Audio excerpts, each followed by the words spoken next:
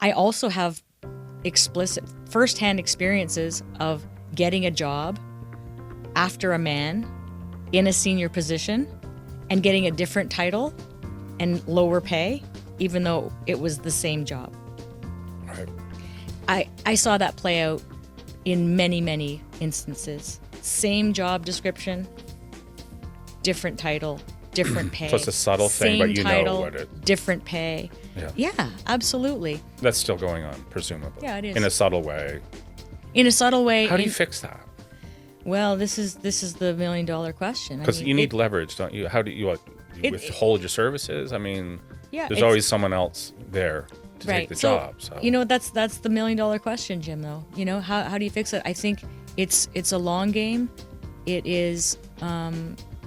It's not a simple answer.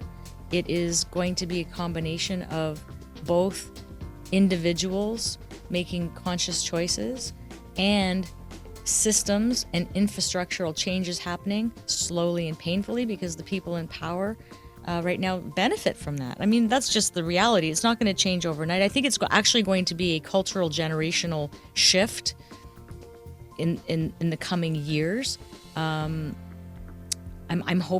I'm hopeful that the next generation sees things slightly differently, and as they become leaders, will actually be more inclined to align language of values with actions of values. So it's kind of as the boomers kind of die off, basically. You said it, not me.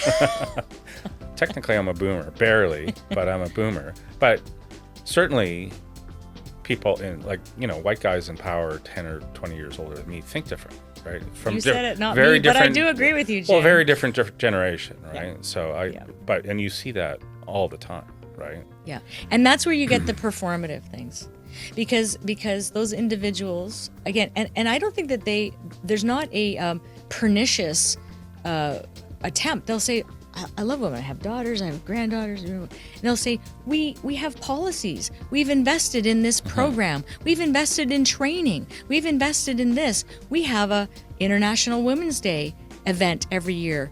We have 50% women managers.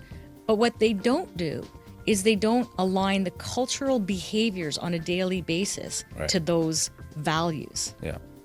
They can't see it, for one thing. It's an unconscious bias in many cases. And if they do see it, they don't want to see it because it doesn't serve them.